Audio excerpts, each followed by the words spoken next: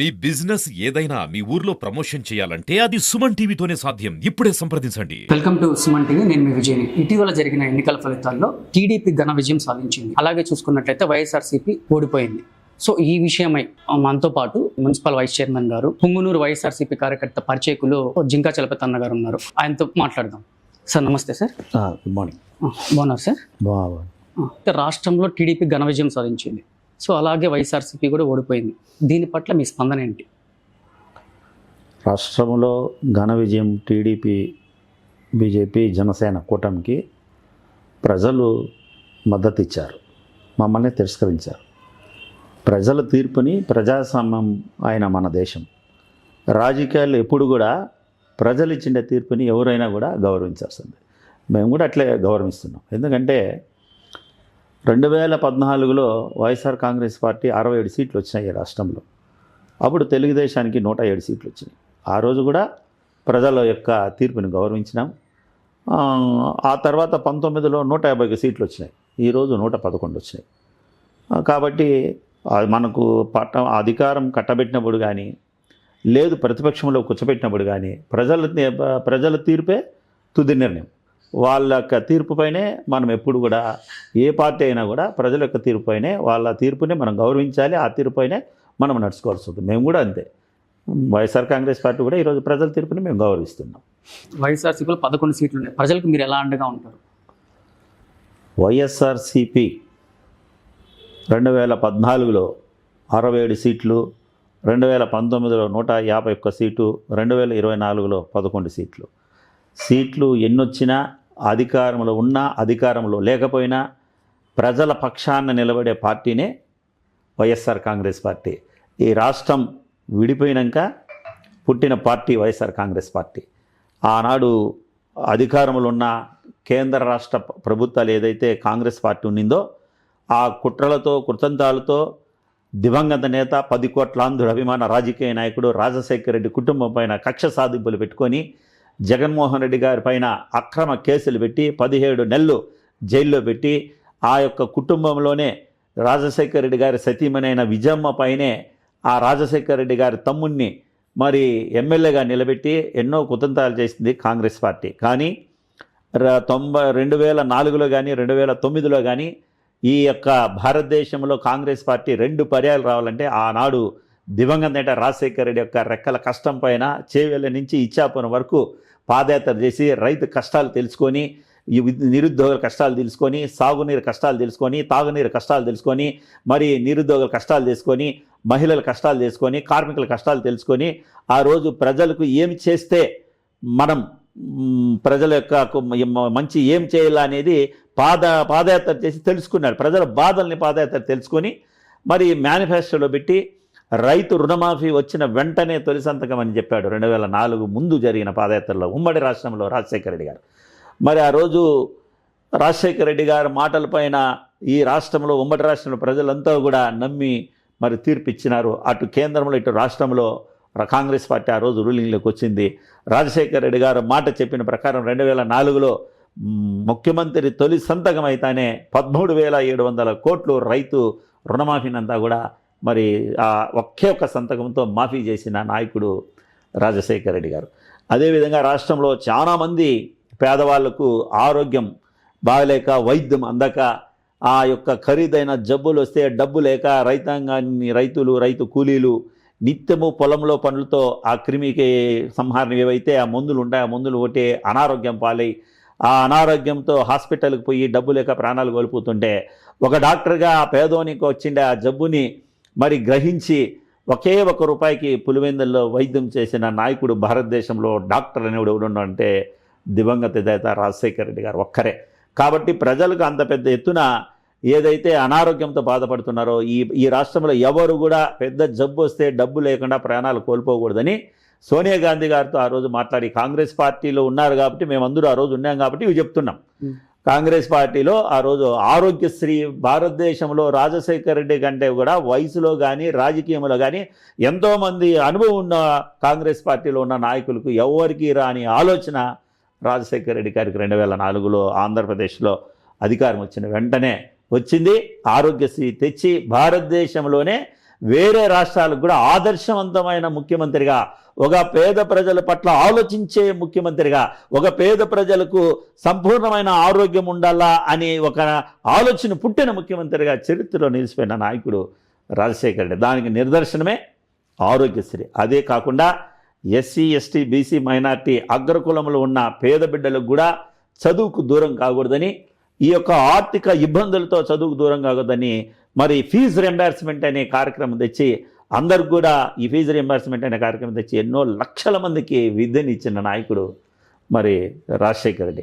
పోలవరంకు శ్రీకారం చుట్టిన నాయకుడు కూడా ఆంధ్రుల జీవనాడి, పోలవరం ప్రాజెక్టుకు శ్రీకారం చుట్టిన నాయకుడు కూడా మరి రాజశేఖర రెడ్డి గారు. అటు పిమ్మట మంచి పరిపాలన ఇచ్చినాడు కాబట్టి 2009లో కూడా తిరిగి ఆంధ్రప్రదేశ్లో రెండో పర్యాయం కాంగ్రెస్ పార్టీ అధికారంలోకి రావడం, కేంద్రంలో కాంగ్రెస్ పార్టీ అధికారంలోకి రావడానికి ఆంధ్రప్రదేశ్ రాజశేఖర రెడ్డి యొక్క పాలన, రాజశేఖర రెడ్డి యొక్క నాయకత్వంలో తిరిగి ఎంపీలు మరి ఎక్కువగా సంఖ్యలో రావడానికి వచ్చినారు కాబట్టి కేంద్రంలో రెండో పర్యాయం కూడా రావడం జరిగింది. మరి ప్రజల పక్షాన అధికారంలో ఉన్నా లేకపోయినా ఉంటాం. మాకేమి 151 వచ్చినా, 67 వచ్చినా, 11 వచ్చినా ప్రజల పక్షాన అయితే ఉంటాం. ఎందుకంటే ప్రజాస్వామ్యం ఇది, రాజకీయాల్లో ఉన్నాం. అధికారంలో వచ్చినప్పుడు ఒక విధంగా, అధికారం లేనప్పుడు ఒక విధంగా అయితే కనుక ఉండము. ఆ రోజు రాజశేఖర రెడ్డి రక్తం పంచుకొని పుట్టిన బిడ్డ జగన్మోహన్ రెడ్డి గారు. ఆయన కూడా పార్టీ పెట్టినప్పటి నుంచి కూడా ఆయన కుళ్ళు కృతంతాలతో ఇంత చేసి రాజశేఖర రెడ్డి 2 పర్యాయాలు తెస్తే కూడా ఆ కుటుంబం కక్ష సాధింపులు రాజశేఖర రెడ్డి మరణానంతరం జగన్మోహన్ రెడ్డి ఎక్కడైనా పెద్ద లీడర్ అయిపోతాడు అనేసి ఆనాటి తెలంగాణలో ఉన్న సీనియర్ కాంగ్రెస్ నాయకులంతా కూడా సోనియా గాంధీ గారికి ఏవో చెప్పి జగన్మోహన్ రెడ్డి పైన అక్రమ కేసులు పెట్టి అరెస్ట్ చేపించి కూడా 17 నెలలు జైల్లో ఉంటే కూడా ఆ తర్వాత జైలు అనంతరం కూడా వచ్చి మళ్ళీ పార్టీని నిలబెట్టిన నాయకుడు. 67 సీట్లు వస్తే కూడా అసెంబ్లీలో ప్రజల వాణిని వినిపించిన నాయకుడు. ప్రతి ఒక్క సమస్య పైన ప్రజల మధ్యలో పోరాడిన నాయకుడు జగన్మోహన్ రెడ్డి. ఆ తర్వాత ప్రజలు కూడా ఆశీర్వదించారు, 151 ఇచ్చారు. మరి జగన్మోహన్ రెడ్డి గారు కూడా ఒక సంవత్సరానికి 75,000 కోట్లు పేద ప్రజలకు సంక్షేమ పథకాల ద్వారా ఇచ్చారు. అది అనేక రకాలుగా కార్డు కానీ, పెన్షన్ కానీ, ఇల్లు కానీ, అమ్మఒడి కానీ, చేయూత కానీ, చేదోడు కానీ, వాహనమిత్ర కానీ, విద్యాదీవెన కానీ, జేవీడి కానీ, వసతి దీవెన కానీ, కాపునేస్తం కానీ, లానేస్తం కానీ, నేతన్నోదస్తం కానీ, సున్నా వడ్డీ కానీ, ఆసరా కానీ, రైతు భరోసా కానీ, పంట బీమా కానీ, ఆరోగ్యశ్రీ కానీ, ఇలాగా అనేక పథకాలు ప్రజలకు ఎక్కడ కూడా ప్రధానమైన కార్యాల చుట్టూ వాళ్ళు తిరగకుండా, కార్డుకు కావాలంటే ఎంఆర్ ఆఫీసో, పెన్షన్ కావాలంటే మున్సిపాలిటీనో ఇట్లా తిరగకుండా 50-60 ఇండ్లకు వాలంటీర్ని పెట్టి వాళ్ళకంతా కూడా ప్రభుత్వం తరఫున వచ్చే సంక్షేమ పథకాలంతా వాళ్ళు ఎక్కడ తిరగకుండా ఇండ్ల కాడికే పోయి చేసి చూపించిన నాయకుడు జగన్మోహన్ రెడ్డి గారు. అదేవిధంగా మహాత్మా గాంధీ కలలుగన్న గ్రామ స్వరాజ్యం, అంటే గ్రామాలకు స్వరాజ్యం ఎప్పుడు వస్తుందంటే పాలన ప్రజల దగ్గరికి వచ్చినప్పుడు వస్తుందనేది మహాత్మా గాంధీ గట్టి నమ్మకం. ఆ మహాత్మా గాంధీ కలలుగన్న గ్రామ స్వరాజ్యం తేవాలని 2,000 జనాభా ఉండే తావన వైఎస్ఆర్ కాంగ్రెస్ పార్టీ 2019 అధికారం చేపట్టిన 6 నెలలకు దాదాపు 1,38,000 సచివాలయ ఉద్యోగాలు, అదేవిధంగా 1,78,000 వాలంటీర్లు. అంటే అధికారం వచ్చిన తర్వాత ఇన్ని లక్షల ఉద్యోగాలు ఇచ్చిన ఏకైక ముఖ్యమంత్రి జగన్మోహన్ రెడ్డి నిలిచిపోతాడు. ఎందుకంటే ఈ ప్రజల్ని పాలకులు అధికారుల చుట్టూ తిప్పుకుంటా, ప్రధానమైన కార్యాల చుట్టూ తిప్పుకోకుండా 2,000 జనాభా ఉండే తాన సచివాలయం తెచ్చి ఆ ప్రజల మధ్యలోనే సచివాలయం కట్టి అక్కడే పాలన అందించి ప్రజలకు మళ్ళీ వాలంటీర్ వ్యవస్థను తెచ్చి ఇచ్చిన నాయకుడు మంచి చేసినాడు. కానీ ప్రజలు ఇంకా ఏదో మంచి కావాలని అనుకొని ఈరోజు కూటమికి గొప్ప మెజార్టీ ఇచ్చినారు. దాన్ని ప్రజలు ఇచ్చిన నిర్ణయాన్ని మేము కూడా కట్టుబడి ఉండాలా. ఎందుకంటే మనం ప్రజాస్వామ్యంలో ఉన్నాం. మీరు అడిగినట్లుగా సమస్యల పట్ల ప్రజలకైతే నిలబడతాం, ప్రజల పట్ల ఉంటాం, ఖచ్చితంగా ప్రజలకు తోడుగా ఉంటాం, సమస్యల పట్ల అయితే ప్రజలకు అండగా ఉంటాం. పుంగునూరు అంటే పెద్దిరెడ్డి రామచంద్రరెడ్డి గారు స్వల్ప ఓట్లతో గెలిచారు. దీనిపైన మీ స్పందన ఏంటి? మొట్టమొదటిగా మంచి ఇది అడిగారు మీరు. పెద్దిరెడ్డి రామచంద్రరెడ్డి గారికి ఉమ్మడి జిల్లాలో ఆ కుటుంబానికి కానీ, రామచంద్రరెడ్డి గారికి కానీ ఒక గుర్తింపు ఉంది ప్రజల్లో. ఈరోజు ఉమ్మడి రాష్ట్రంలో, ఉమ్మడి జిల్లాలో ఇప్పుడు ఉన్నవారు కావచ్చు, లేదంటే ఇంతకుముందు ఉన్నవారు కావచ్చు, చాలామందికి రాజకీయ అవకాశాలు కల్పించిన నాయకుడు కూడా పెద్దిరెడ్డి రామచంద్రరెడ్డి. ఎవరు పోయినా కులము కానీ, మతం కానీ, పార్టీ కానీ, ప్రాంతం కానీ చూడకుండా ఎవరు ఏ అవసరానికి పోయినా, ఎంత టైంలో పోయినా కూడా వాళ్ళ అవసరం తీర్చి వాళ్ళకు ఆ ఫోన్ ద్వారా కానీ, లెటర్ ద్వారా కానీ ఆ సమస్య ఏదుందో అది తీర్చి పంపించిన నాయకుడు. మరి గడ్డి కాలంలో కూడా కాంగ్రెస్ పార్టీలో రామచంద్రరెడ్డి గారు ఉన్నప్పుడు కూడా చిత్తూరు జిల్లాలో డీసీసీ అధ్యక్షుడిగా 94, 99లో 9 సీట్లు ఒక పర్యాయము, 10 సీట్లు ఒక పర్యాయం కూడా గెలిపించిన ఘనత కూడా రామచంద్రరెడ్డి గారిదే. అటు రాజకీయాల్లో వచ్చినప్పటి నుంచి కూడా అంచెలంచెలుగా ప్రజల యొక్క ఆ మద్దతుని కూడగట్టుకొని ప్రజల బలమును చేకూర్చుకున్నాడే. కాబట్టి ఇలాంటి సునామీలో కూడా ఇంత పెద్ద ఎత్తున కూటమికి ప్రజలు తీర్పిచ్చారు. ఇలాంటి సునామీలో కూడా పెద్దిరెడ్డి రామచంద్రరెడ్డి గారికి పుంగనూరు శాసనసభ్యునిగా, ఆయన తమ్మునికి తంబాలపల్లి శాసనసభ్యుడిగా, ఆయన కుమారుడికి రాజంపేట పార్లమెంటు ఈ నియోజకవర్గంలో అటు కోడూరులో కానీ, రాజంపేటలో కానీ, రాయచోట్లో కానీ, పీలేరులో కానీ, పొంగునూరులో కానీ, మదనపల్లిలో కానీ, తంబాలపల్లిలో కానీ, రాజంపేట పార్లమెంట్లో ఉన్న 7 నియోజకవర్గాల్లో కూడా ఈరోజు దాదాపు 70,000కు పైన మిథున్ రెడ్డి గారికి ఓట్లు ఇచ్చి ఎంపీగా 3వసారి గెలిపించడం, పెద్దిరెడ్డి రామచంద్రరెడ్డి గారిని పుంగనూరులో శాసనసభ్యుడిగా గెలిపించడం, తంబాలపల్లిలో పెద్దిరెడ్డి గారి యొక్క తమ్ముడు పెద్దలు దోర్నాథ్ రెడ్డి గారిని కూడా గెలిపించడం. అంటే ఇలాంటి సునామీలో కూడా గెలిచారంటే ప్రజల్లో వాళ్ళకున్న బలం. అంటే కష్టాల్లో ఉన్నప్పుడు ప్రజల పక్షాన నిలబడినారు కాబట్టి, కష్టం వచ్చినోడు ఏ పార్టీ వాడు, ఏ కులపటోడు, ఏ వర్గమోడు, ఏ ప్రాంతమోడు అని చూడకుండా మన తలుపు తట్టి వచ్చినాడు, కష్టానికి వచ్చాడని ఆ కష్టం వాళ్ళు తీర్చినాడు. కాబట్టి ఇంత సునామీలో కూడా ఈరోజు పెద్దిరెడ్డి రామచంద్రరెడ్డి కుటుంబాన్ని ప్రజలందరూ కూడా ఆశీర్వదించారు. ముఖ్యంగా రాజంపేట నియోజకవర్గం ప్రజలందరికీ కూడా, అటు పుంగనూరు వాసులు కావచ్చు, ఇటు తంబాలపల్లి వాసులు కావచ్చు, అటు ఈ రాజంపేటలో ఉన్న వాళ్ళందరికీ కూడా పెద్దిరెడ్డి రామచంద్రరెడ్డి కుటుంబానికి ఇంత పెద్ద ఎత్తున మరి 2 శాసనసభ్యులుగా ఒక ఎంపీగా గెలుపుకు కారకులైన ఈ యొక్క రాజంపేట పార్లమెంటు నియోజకవర్గంలో ఉన్న ప్రజలందరికీ కూడా నేను శిరస్సు వంచి ప్రతి ఒక్కరికి పేరు పేరున వారికి ధన్యవాదాలు తెలియజేసుకుంటాను. కూటమిలో పవన్ కళ్యాణ్ గారు మంచి వేడి మీద ఉన్నారు. ఇలా చూసుకున్నట్లయితే చంద్రబాబు నాయుడు గారు మంచి అనుభవజ్ఞులు, 40 ఏళ్ళ అనుభవజ్ఞులు. సో అభివృద్ధి పైన దృష్టి సాధిస్తారనుకుంటున్నారా? ఇప్పుడు మీరు చెప్పినట్లయితే గాన ఒక మంచి అవకాశం అయితే ఉంది. ఎందుకంటే ఈ 2 రోజుల నుంచి పవన్ కళ్యాణ్ గారు 2-3 దీంట్లో చూసేవాళ్ళు, 21 మంది ఎమ్మెల్యేలంతా కూర్చోపెట్టుకొని మీడియా ముందర మాట్లాడినప్పుడు విన్నాను నేను. భారతదేశ రాజకీయము ఆంధ్రప్రదేశ్ అయితే కీ ఉంది అన్నాడు. కరెక్టే ఇది. ఎందుకంటే ప్రజలు మంచి మద్దతు ఇచ్చారు, ప్రజలు బ్రహ్మాండమైన మద్దతు ఇచ్చారు. ఈరోజు భారతదేశంలో మోడీ గారు 3వ పర్యాయం ప్రధానమంత్రి కావాలంటే ఆంధ్రప్రదేశ్లో ఉన్న ఈ ఎంపీ సీట్లు, అంటే తెలుగుదేశానికి వచ్చిండే 16 ఎంపీలు, మరి జనసేనకు వచ్చిండే 2 ఎంపీలు, మరి వారు బీజేపీ, వీళ్ళందరూ కూడా కూటమిలో ఉన్నారు. కాబట్టి అంటే ఎన్నికల ముందే వీళ్ళందరూ కలిసి కూటంగా పోటీ చేశారు, ప్రజలు మద్దతు ఇచ్చారు. ఇప్పుడు మోడీ గారికి ఆ మ్యాజిక్ ఫిగర్ రాలేదు. మోడీ గారు ఈరోజు ప్రధానమంత్రి కావాలంటే ఆంధ్రప్రదేశ్లో ఉండే ఈ యొక్క ఎంపీలు కావాలి. అంటే పవన్ కళ్యాణ్ గారు చెప్పినట్లుగా భారతదేశ రాజకీయం ఆంధ్రప్రదేశ్ ఆంధ్రప్రదేశ్ కీ అంటున్నాడు. కరెక్టే కదా అది. ఇప్పుడు వీళ్ళు ఇస్తేనే కదా వాళ్ళయ్యేది. ఇలాంటప్పుడు మీరు చెప్పినట్లుగా చంద్రబాబు నాయుడు గారు అనుభవం ఉన్న వ్యక్తి, ఇప్పుడు 4వసారి, ఇప్పుడు 12వ తేదీ ప్రమాణ స్వీకారం చేస్తే 4వ తేదీ ముఖ్యమంత్రి. పవన్ కళ్యాణ్ గారు అనేక సందర్భాల్లో కసిగా ఉన్నా, నేను పడిపోయిన రాష్ట్రాన్ని లేపేదానికే నేను వచ్చిన, నాకు ఇంకా వేరే కానీ కక్షలు కానీ కుతంత్రాలు కానీ ఈ కక్షలు తీర్చుకునేదానికైతే కాదు, నేను నిరుద్యోగ సమస్యను తీర్చాలి, ప్రతి ఒక్కరికి మంచి చేయాలని కసిగా అయితే ఉన్నాను అన్నాడు. ఇప్పుడు ఆ కసికి సరైన సమయం వచ్చింది. అంటే మీరు ఇది అదృష్టం అంటారా, వాళ్ళకి ఏమంటారు? నాకు తెలిసి వాళ్ళతో పాటు ఆంధ్రప్రదేశ్కి కూడా అదృష్టమే.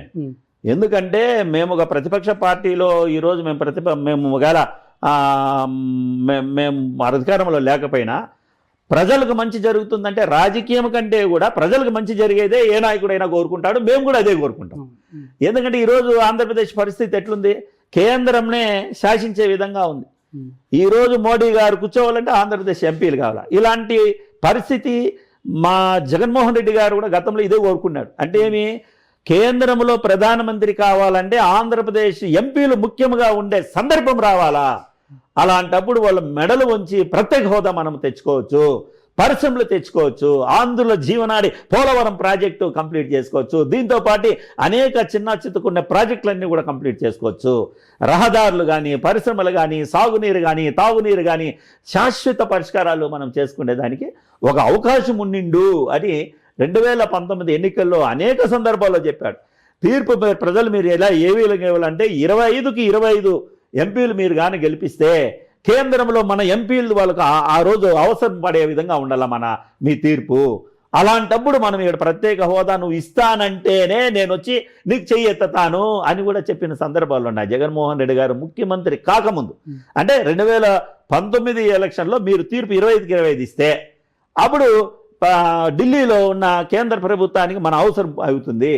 ఆ సందర్భం వచ్చినప్పుడు నేనైతే వాళ్ళకు ప్రత్యేక హోదా ఇస్తానని పేపర్ ఇస్తేనే నేను ఇస్తాను అని కూడా లక్షల మంది ప్రజల ముందర చెప్పడం జరిగింది. ఆయనకు ఒక ఆశ కూడా ఉండింది, ఏమెందుకు రాష్ట్రానికి మంచి చేయాలా, రాష్ట్రానికి ప్రత్యేక హోదా తేవాలా, పోలవరం ప్రాజెక్టుతో పాటు అనేక ప్రాజెక్టులు కంప్లీట్ కావాలా, మన బిడ్డలు చదువుకొని పొరుగు రాష్ట్రాలకు పోకుండా పరిశ్రమలు వస్తే మన బిడ్డలు ఇక్కడే తల్లిదండ్రుల దగ్గరే ఉండి తెల్లారు ఉదయం లేచి మరి డ్యూటీ చేసుకొని మళ్ళీ ఇంటికి రావచ్చు, డెవలప్మెంట్ చేసుకోవచ్చు, మన అవసరం వాళ్ళకు ఉన్నప్పుడు అని ఆ రోజు పాపం జగన్మోహన్ రెడ్డి గారి అనుకున్నాడు. కానీ ఆ రోజు నెరవేరలేదు. ఈ రోజు నెరవేరింది.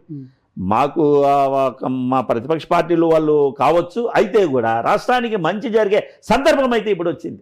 ఎందుకంటే పవన్ కళ్యాణ్ గారు అనేక పర్యాలు చెప్పారు, మోడీ గారితో నాకు సన్నిహితం, మనకు తెలుసు మోడీ గారితో మంచి స్నేహం. ఇప్పుడు మీరు చెప్పినట్లుగా చంద్రబాబు నాయుడు గారికి మంచి అనుభవజ్ఞ వ్యక్తి, ఇప్పుడు 4వ పర్యాయం ముఖ్యమంత్రి, రాజకీయంలో అనుభవం ఉంది, వయసు అనుభవం ఉంది, మరి ఇటు ముఖ్యమంత్రి కూడా 4, కాబట్టి వీళ్ళ అవసరం వాళ్ళకు ఉంది. కాబట్టి రాష్ట్రానికి 100% మంచి జరుగుతుందని నేను అనుకుంటున్నాను. జరిగేదానికి కూడా మంచి అవకాశం అని కూడా నేను అనుకుంటున్నాను.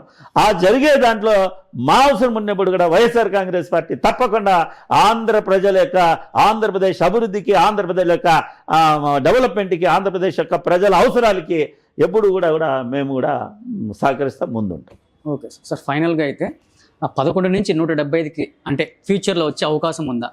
అంటే మళ్ళీ మరి గతంలాగా ఏమైనా పాదయాత్రలు చేసి ప్రజలతో మమేకమయ్యే అవకాశం ఏమైనా ఉందా మీ పార్టీ నుంచి? ఇప్పుడు మనం అందరూ చూసినట్లయితే కనుక మన రాష్ట్రంలోనే కాదు, మీకు ఈ సందర్భంలో చెప్పాల్సి వస్తుంది, 1980లో ఏదైతే ఈరోజు 148 కోట్ల భారతీయులు ఉన్నారో ఈ భారతదేశానికి, 1980లో 2 బీజేపీ పార్టీకి ఎంపీ సీట్లు ఉన్నాయి. వాజ్పేయి ఒకరు, ఆద్వానీ ఒకరు. ఈ 2 ఎంపీలు ఈరోజు 10 సంవత్సరాల నుంచి భారతీయ జనతా పార్టీ ఈ భారతదేశంలో 2 పర్యాయాలు మరి కేంద్రంలో పాలించడము, ఈరోజు 3వసారి పాలించడము, అనేక రాష్ట్రాల్లో కొన్ని శతాబ్దాలుగా పట్టున్న రాష్ట్రాల్లో కాంగ్రెస్ పార్టీకి ఇతర ప్రాంతీయ పార్టీలు పట్టుండే అన్నట్టు కూడా బీజేపీ కైవసం చేసుకుంది. అంటే 2 సీట్ల నుంచి ఈరోజు 3వ పర్యాయం భారతదేశాన్ని పరిపాలించే అంత శక్తి ఉంది. అంటే దీన్ని బట్టి ప్రజల చేతిలో ఉంటుంది. ఏదైనా 11 సీట్లు వచ్చిన ఆయన కుంగిపోకూడదు, 150 సీట్లు వచ్చిన ఆయన్ని గర్వపడకూడదు. అంటే మనకు ఏ సంఖ్య అయినా తగ్గించేది కానీ, ఎక్కించేది కానీ, అధికారంలో పెట్టేది కానీ, దించేది కానీ మన చేతిలో ఉండదు. కాకపోతే ప్రజల చేతిలో ఉంటుంది. మనము మంచిగా పాలించేది, మనం మంచిగా చేస్తామా లేదని ప్రజలు అయితే గమనిస్తారు. ఎవరికైనా కావచ్చు. ఇప్పుడు నందమూరి తారక రామారావు గారు 6 నెలల ముందు పార్టీ పెట్టి 1982లో పెట్టి 6 నెలలకే ప్రభంజనం సృష్టించారు. అంటే రామారావు గారికి సినిమా ఫీల్డ్లో ఉండే అభిమానులు, క్రేజు ఆ రాజకీయంలో కూడా చేసినారు. అటు పిమ్మట 89లో మళ్ళా ఓడిపోవడం జరిగింది. మళ్ళీ 94లో 99లో కంటిన్యూగా 2 పర్యాలు రావడం జరిగింది. అంటే ఎవరికి కూడా శాశ్వతం అయితే కాదు, ఎవరిని ఎక్కడ పెట్టాలా అనేది మాత్రం ప్రజల చేతిలో ఉంటుంది.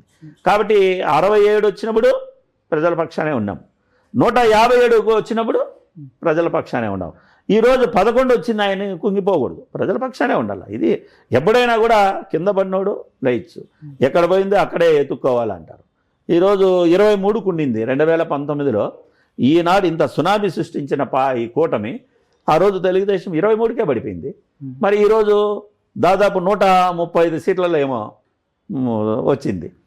మరి 23కే పడిపోయినామని ఇందులో కుంగిపోలేదు కదా. వాళ్ళు ప్రజా పోరాటాలు చేశారు, పాలకుల పైన ఉండే దీన్ని ప్రజలకు తెలియజేశారు, అనేక పోరాటాలు చేసి ఈరోజు మళ్ళీ ప్రజల మన్నలు పొందినారు, ప్రజల మద్దతు పొందినారు, ఈరోజు వచ్చింది.